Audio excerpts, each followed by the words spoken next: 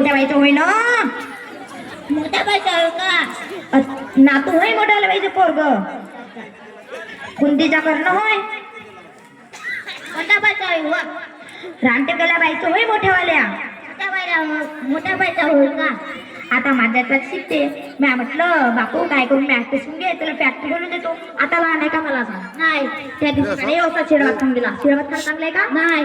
शिळवात थांब गेला आणि उलटी आगवण. उलटी आगवण कशी हो? कसं बळणार रे हा? हो नाही एवढा मोठा माणूस. उलटी आगवण उलटी आगवण.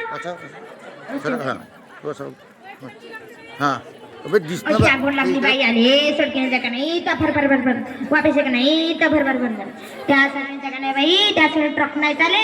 2 ट्रक उलटले अशी चिकट आगवण राहते याची. पाहिली का बघ तुझं पाहिली का? मग मी म्हटलं गड्या ही आगवण वाटेल तर पोट्ट करून जाईल. तर एका वेळेने मला दवाई सांगितली. कोणती? म्हणे मी त्या बाईला म्हटलं चांगले शिकलेली बाई होती. मी म्हटलं का कशी उलटी आगवण कशी थांबेल ते सांगा काय नव्हे ते सांगा. मग ती बाई म्हणे काय गुरूप केल्यानं काही खराब खाल्ल्यानं अशी उलटी आगवण होते म्हणे. तर मी म्हटलं सर नाव का? म्हटलं नाही म्हणे उलटी आगवण लोपाय आहे म्हणे. मग त्या बाईने मला दवाई सांगितली. कोणती? म्हणे पोताभर मीठ घ्या म्हणे. पोटा भरलं का चिमट भरलं? हो तुम्ही आपल्या जास्त सांडणा गम झाला. पोताभर मीठ घ्या म्हणे आणि चिमटभर साखर घ्या म्हणे आणि त्याचा सरबत करून दिवसभर चम्मच पाजा म्हणे. मी म्हटलं दिवसभर चम्मच पाजत राहील तर दिवस खराब होऊन जाईल. तर मी एका खट्ट पाजून दिली. गंजाला का हो? गंजगंजाला पाजली. अजून धडवागली माय अजून धडवागली मा फाटूपर्यंत परे. मग मी म्हटलं गाडी आगवण वाटत टाकले नाही मोठा तर बसवून घेते. मग मी डोकं लावलं. कोणतं डोकं लावलं? मागे डोकं लावलं तर डोकं जास्त शहाणपणा काल करून आला तर मग मी बोलली ना मोठं दुसरे ते आले. मग मी तोंडाला वरते काय बोलाल ना भाऊ एकदम तोंडाला ते रोड तोंडाला बोल. मग काना बोलून आली तर मग मी त्या दिवशी लाल कपडा घेऊन आली. असं करणं बे त्याला असं फिरव असं करणं बे. हा मग मी त्या दिवशी लाल कपडा घेऊन आली. कसा बळणार रे? हो ना. लाल कपड्यात लई पावर आहे. लाल कपडा रेल्वेगाडी थांबते का नाही का जागी? तू लाल कपडा याला बांधल्यावर याची पडसाकड नाही थांबेल का? मग 2 महिने झाला पडसाकड गेलाच नाही. मी म्हटलं याचं सांबार मीच कोण आली.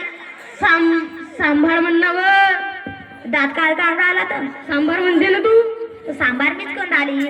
आता मी म्हटलं आता माझ्यासाठी आहे त्याचं सांबार मीच कोण आली. मग आता आपण नाही शिकलो याला शिक्षण देऊ. बरोबर आहे. हो का म्हणणं बे. मग त्या दिवशी का नाही हा म्हणे. मग मी त्या दिवशी आलेला हा म्हणे त्या दिवशी मला पांढरा फुलपॅन्ट आणि पांढरा शर्ट शिवून दे म्हणे. पांढरा फुलपॅन्ट आणि पांढरा शर्ट त्यावरती आले तर ती ठेना निघाली का? हा क्रिकेट क्रिकेट नाही क्रिकेट हा क्रिकेट. पांढरा फुलपॅन्ट पांढरा शर्ट कमी महाग आहे का? 4-3 रुपयाला मिळते. 400 रुपयाला 400 रुपयाला भेटते. हा 400 रुपयाला. मग तो पांढरा फुलपॅन्ट आणि पांढरा शर्ट शिवून दिला याने. तो पांढरा फुलपॅन्ट कुठून नाही फाडभाऊ सांबरूनच फाडून आणते. मग मी म्हटलं कारीकडे तू साबरून का फाडून आणतोस? तर चेंडू घासा लागते म्हणे. मी म्हटलं असा तू साबरून चेंडू घासून आणशील तर पॅन्ट लई महागात पडेल. तर मी काय म्हटलं आता तू चेंडू तू मागे घेऊन घासून आणत जा. अच्छा बरोबर आहे का तूच सांग. आता मी झोपण्याची काळजी घेतो भाऊ पण ऐकतच नाही. किती देवा आणि तू बी आपला हो झाला पुढचा डावानी. एक तर डोळ्याला दिसत नाही. डॉक्टरने सांगितले का तुझ्या मोठा बिंदू आहे म्हणे. मोठी बिंदू म्हणणं. हा मोठी बिंदू. दवाखान्यात गेली होती डॉक्टरच्या. तो डॉक्टर एवढा शहाणा माझं टोन टाकलेलं मशीनीत. माझ्या टोन टाकलेलं मशीनीत आणि समोर असा बोर्ड लिहिला होता. म्हणे आजीबाई समोर का लिहा ते वाच म्हणे. मला नाही दिसत म्हटलं. त्याने दुसरा काच लावले. मेसी पाहतच राहिली.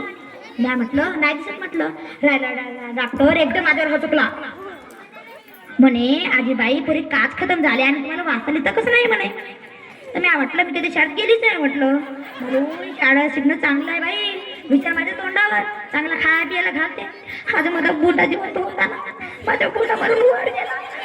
आपल्या बोटाच्या टाइमला चट्टी भाकर चटणी भाकर नाही, चटणी भाकर म्हण, चटणी भाकर. जास्त शहाणपणा घाल करून राहिला तर चटणी भाकरच खाऊन राहिली ना. याला चांगलं खायला घालते. त्या दिवशी वर्णात मीठ कमी झाला, तू तपला डाग माझ्यावर फेकून मारला. असंही करावं लागते की माय बाबा संग. अरे रे, आणि बदला घ्यावा लागते. असुर आला मुर्दार भोकाचा. मले काय म्हणे, आजीबाई काहीतरी गोड गिड कर म्हणे खायला म्हणे. याने जास्त गोड खाल्लं त्याला पचतही नाही. बघ म्या 5 किलो मैदा घेतली आणि पावभर दही घेतली आणि 1 महिना खिजू घातली आणि बसले जिलेबीवर. जिलेबी करायला म्हणलं मग. जिलेबी करायला. याला म्हटलं गॅसवर कडे ठेव म्हटलं आणि आणि चांगला सापात कपडा घेऊन ये म्हटलं. आता काही जिलेबी काही खराब कपड्यावर बनते का? नाही. मग आमच्या मोला एवढा खराब आहे बाई, काय मागा जा तर बहाणाच करते. त्या दिवशी कमलाबाई शाळेसाठी गेलो तू साखर मागायला, तर नाही दिलं बाई, नाही दिलं. आपल्या शरीराच्या ती पण मारे नाही ते. मग हा वरच्या खोलीत गेला आणि दुधाची चड्डी घेऊन आला. दुधाची चड्डी का हो? दुधाची चड्डी घेऊन आला आणि त्याचं भरला मैदा आणि वरतून गाठोडी केली. याला म्हटलं लहानचं छिद्र करून टाक म्हटलं. काय गरज नाही म्हणे, त्या 2 पोंगे राहतात म्हणे. आणि तशी ताकद लावलं बाई, ह्या पोंग्यातून हे जिलेबी, त्या पोंग्यातून ते हे जिलेबी, 2 पोंग्यातून जिलेबी सांडा हो नाही रे बापू. हो